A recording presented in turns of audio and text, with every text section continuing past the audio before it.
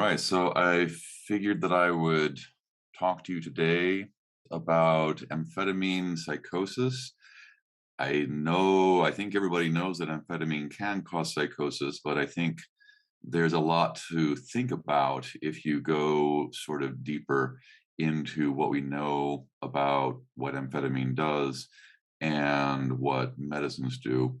It's a big problem with not great solutions, but I think this little tour of some little lesser known amphetamine biochemistry will probably be intriguing. Doesn't quite clearly open up the right answer for best ways to treat amphetamine dependence or amphetamine related psychosis, but it does stimulate some thinking outside of the usual boxes. So I put together this series of structural formulas just to help you see the incredible similarities in the structures between amphetamine, methamphetamine, and the so-called catecholamines. So the word catecholamine is a category name in organic chemistry to refer to compounds that have a catechol structure. And that catechol is this benzene ring with some hydroxy groups attached. So that's catechol. This is an amino group, so catechol. The classic catecholamines are dopamine, norepinephrine, and epinephrine. And in the UK, they call these things noradrenaline and adrenaline. I sort of outlined the pathway of dopamine to norepinephrine to epinephrine because the the way that cells that want to make norepinephrine make it from dopamine, and cells that want to make epinephrine will make it from norepinephrine. So this represents sort of the stages of the synthetic pathway, and it all starts with tyrosine, like a few steps higher above. In the amphetamine molecule, we have lost the hydroxy groups, retained this structure of the amino group, and added a methyl group. But notice how it is designed. I mean, the way this molecule is shaped, you can see it's going to probably interact with dopamine and norepinephrine signaling systems. The difference between amphetamine and methamphetamine is basically an additional methyl group. So you take this CH3, this methyl group, add it to the amino group, and now you convert amphetamine to methamphetamine. Pharmacodynamically, in other words, in terms of what the drugs do, how they interact with living systems in how they interact with living systems, there's no difference. The brain sees the same pharmacological action, whether it's getting stimulated by methamphetamine or amphetamine. The major difference is with the addition of the methyl group. Methamphetamine can better enter the brain space, and it sticks around in the body longer. So you have higher brain permeability with methamphetamine and a longer duration of action. But the consequences, like in terms of experiencing psychosis or amphetamine related persisting psychosis, are pretty much identical. And then, just for interest, I added the structure of MDMA, or also known as ecstasy. You can see here that in the benzene ring and the chain, there's a lot of similarity with amphetamine. If you take a bigger picture, you'll see that MDMA looks like a hybrid between mescaline and methamphetamine, and it gives you both sort of amphetamine-like effects as well as a whole bunch of interesting and also dangerous interactions with serotonin systems. I'm not going to talk about MDMA today, but I am going to talk about amphetamine or methamphetamine. I'll probably use the term amphetamine to describe both of them. And in other places, I've just put meth in parenthesis to alert you to the fact that amphetamine and methamphetamine are pharmacologically interchangeable. So that's what they look like. Here's what they do. The main thing, I mean, they do several things, but this is far and away the most prominent pharmacological action that on dopamine cells. So does a couple of things. It will stop a protein called VMAT2. VMAT is supposed to suck up norepinephrine, dopamine, and put it into synaptic vesicles. If that pump is offline, then you're going to have higher concentrations of dopamine or norepinephrine in the cell cytoplasm. The other thing that amphetamine or methamphetamine do is that they They will both inactivate the dopamine reuptake transporter as well as cause it to operate in reverse.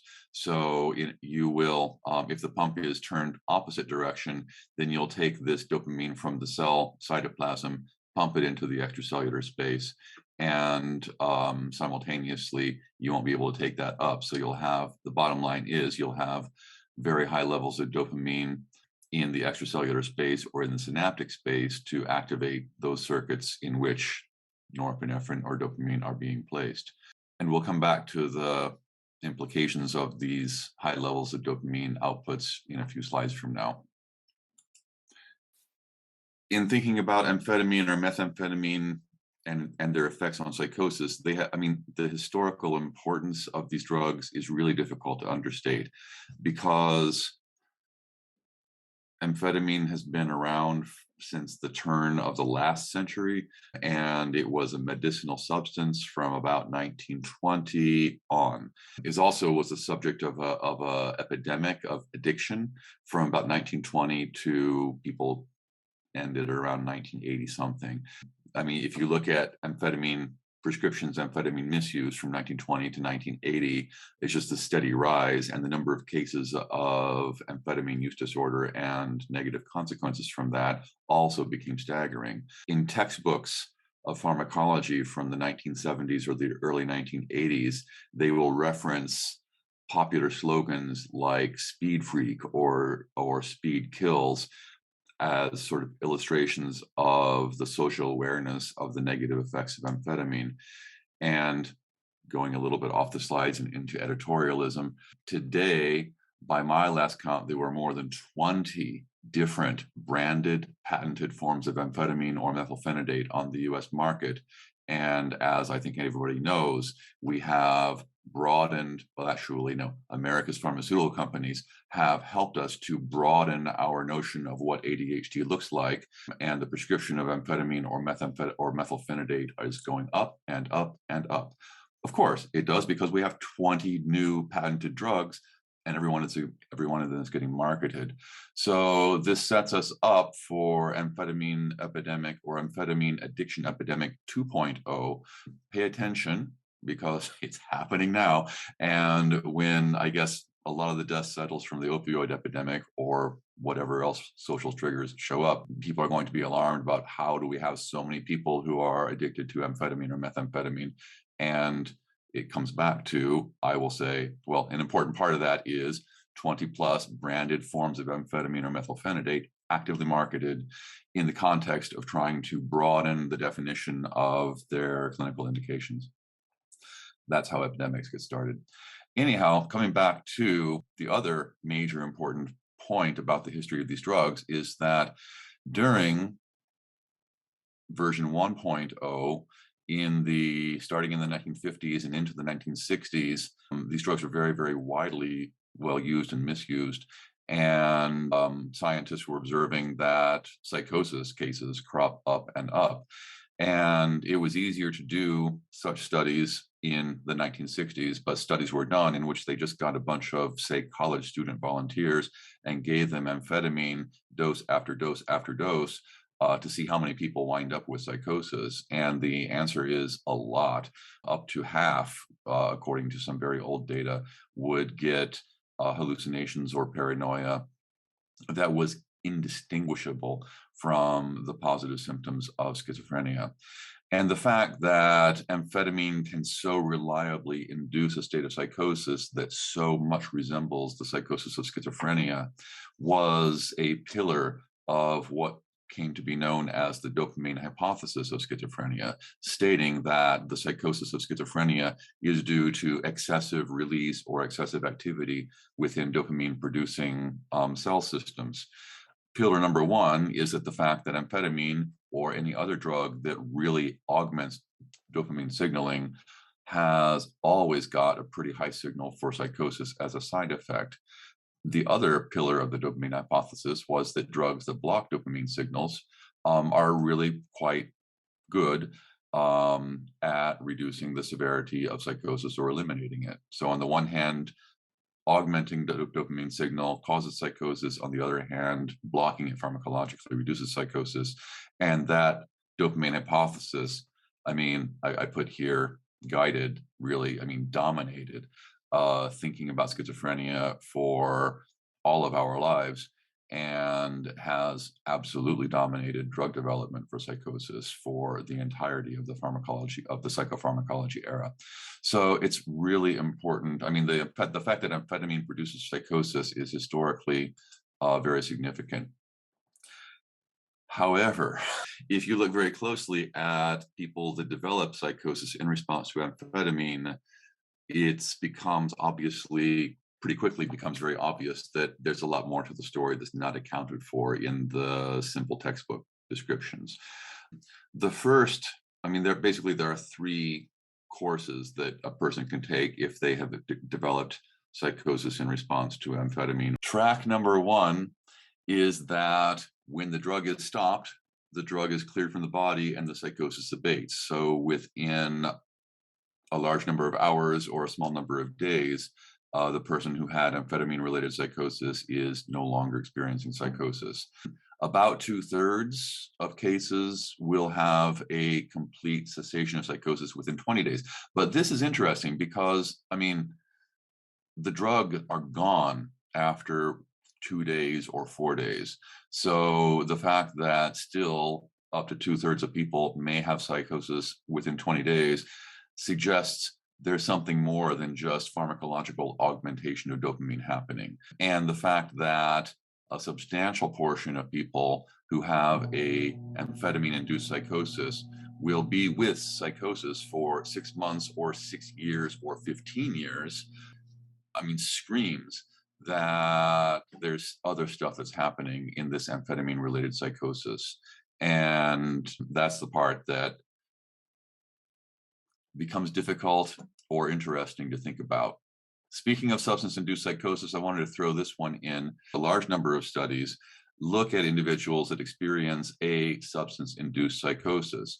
And in these studies, these are psychosis that clears. I mean, the definition of drug-induced psychosis is the psychosis has gone away once the drug is out of the system. So for the point of view of the data, these studies are transient, temporary, abated psychosis that was started or caused by a substance exposure.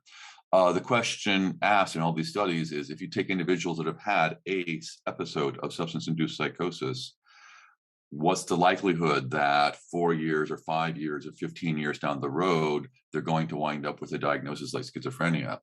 And well, interestingly, cannabis, of all the drugs, cannabis is the most likely to have a person later diagnosed with schizophrenia.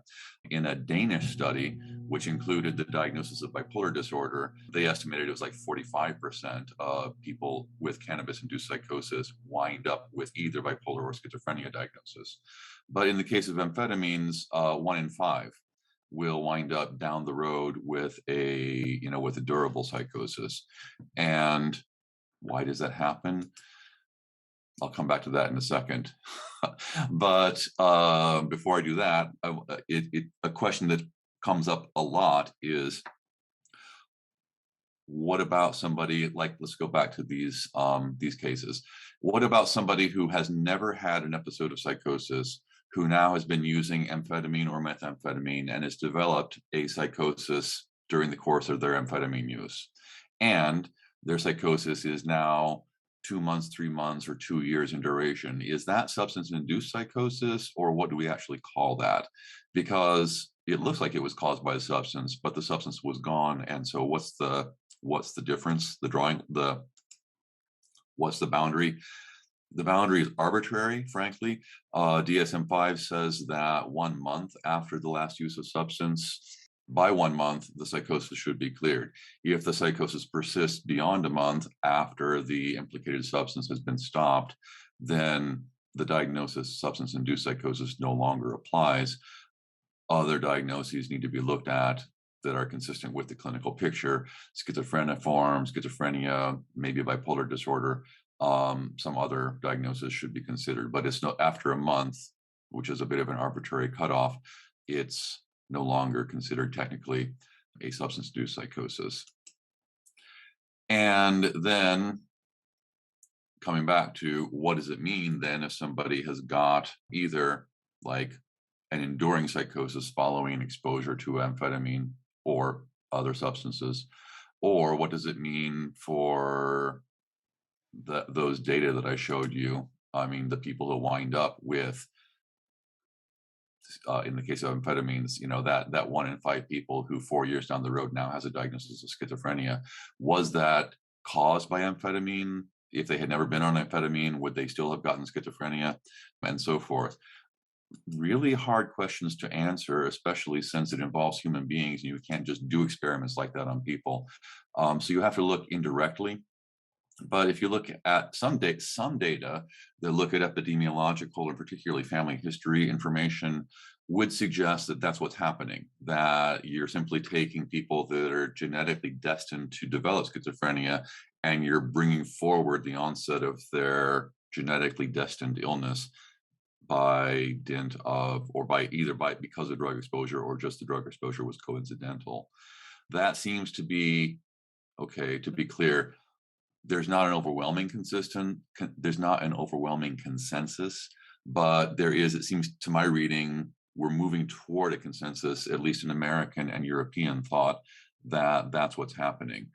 Interestingly, in Japan, there's historically been very, very, very little drug abuse other than amphetamine or methamphetamine. So the Japanese have been kind of focused on amphetamine or methamphetamine for 50 plus years and have a bit of a different view. If there is a consensus among Japanese thinkers, it is that this might be a different form of psychosis.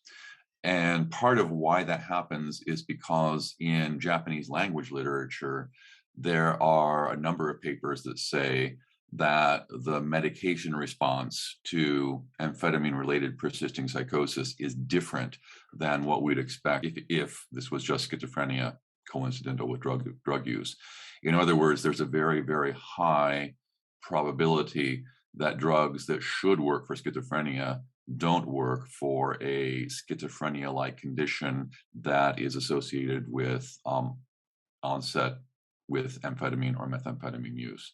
And if most schizophrenia treatment drugs are dopamine signal blockers, and dopamine signal blockers are often ineffective in amphetamine-related persisting psychosis, then I would suggest from a pharmacological point of view that the drug response is trying to tell us that those individuals probably have some other pathway to their schizophrenia-like psychosis. The best hypothesis we have to explain what that pathway looks like revolves around the fact that dopamine, norepinephrine, the catecholamine family of chemicals, are fragile. I mean, they're chemically very fragile. They tend to very, very easily react with oxygen at concentrations that exist within biological fluids, for example. So if you have dopamine, whose levels have now been massively increased in the extracellular space because of amphetamine exposure, that dopamine is sitting around in aqueous solution that has oxygen in it, and that oxygen starts to attack the dopamine molecule, setting up a thing called free radical cascade. So when oxygen attacks a dopamine molecule, it will render that thing with a free electron. Nature, indicated by a dot here on the screen, nature hates free electrons, and a free electron is going to want to combine with any other electron that it can find. And basically then, so this one pairs with that one, stealing its electron. So the blue box is now no longer a free radical, but it's changed the next step down into a free radical, which wants to steal electrons from this one. And basically you just make everything it touches chemically reactive. And the bottom line is that electron-rich sinks like DNA, RNA, or cell membrane lipids can absorb a whole bunch of these free radical hits, causing molecules to rearrange themselves. And so you physically damage the membrane or the DNA or the RNA, and that down the road sets up microscopic damage. So that's theory number one. From that, we come to this very interesting set of very recent thoughts that the free radical insults here in this diagram called ROS for reactive oxygen species set up a chain of events to turn on glial cells, which are supposed to be sort of protective and supportive, but in the presence of an onslaught of reactive oxygen species or free radicals, the microglia or the astrocytes, which are just sort of resting and doing their supportive roles, become into like cellular defense mode and turn on a bunch of inflammatory reflexes, becoming reactive. Along with that are changes in the distribution and the function of blood vessels, and reactive microglia, reactive astrocytes, and changes of the availability of nutrients through vascular changes all will affect in very significant ways the neurochemical environment of cells and thus their function. And very intriguingly, and very recently, it's been found that angiotensin receptors, which are, you might recognize as a target of blood pressure medications, those receptors are also in the brain, and drugs that block them, like candesartan and theoretically losartan and valsartan, thus the angiotensin receptor blocker drugs, apparently negate that change or tamp it down in a very significant way. So this particular study by Basmajian and colleagues basically showed that we no longer create reactive glia or vascular changes or cognitive changes in rats given amphetamine on a regular basis if those rats are given candesartan. There is also animal data that suggests that blocking angiotensin signals in the brain will reduce the rewarding properties of amphetamine and will cause rats that have become amphetamine self-administering animals to no longer administer amphetamine. So early signs are suggesting the possibility that reducing angiotensin signals in the brain might turn out to be a way to help people with amphetamine use disorders to become better. And coming back to the amphetamine psychosis, well, coming back to here, key point in this diagram is that amphetamine appears to turn on microglia, making them reactive. The reactive microglia are a target or can be treated by an antibiotic drug called minocycline. So minocycline gets into the brain and, for reasons I can't explain to you today, has the ability to deactivate or move toward a quiet state microglia that have become activated. And in Japan, again, Japanese have a big interest in amphetamine. There's a case report of a 17-year-old woman that had got apparently methamphetamine-induced psychosis, who following her discontinuation of methamphetamine still had 7 months of persisting psychosis accompanied by a lot of agitated and aggressive behavior. The team gave her 3 months worth of standard dosed minocycline and found that within a few weeks, they started to notice some reduction of psychosis and a more marked reduction of agitation and aggression behavior. And her brief psychiatric rating scale fell from 38 to 24. 24 is still symptomatic, but it's better than 38. So maybe minocycline helped. Of course, maybe she would have gotten better without the minocycline, although according to the paper, there'd been no sign of improvement for 7 months before that. So case reports are, intriguing, but not definitive. But when it comes to how best to treat amphetamine-related persisting psychosis that has not responded to traditional antipsychotic drugs, which was also the case in this case report, I think any lead is useful to think about. And very, very recently, a paper came out of Iran where they looked at 5 men that had experienced methamphetamine-related persisting psychosis that had been resistant to traditional antipsychotic drugs, and 8 weeks standard dosing of minocycline. They didn't report actually, I requested this paper. It came to my attention just like 3 weeks ago. So I haven't read the whole text yet, but the abstract gives results in terms of effect size. And for cognitive improvements, that was a 0.45. For the reduction of positive symptoms, it was 0.6. and effect size of 0.6 is on par with the effect size of like standard antipsychotics or SSRIs for the treatment of schizophrenia or depression, respectively.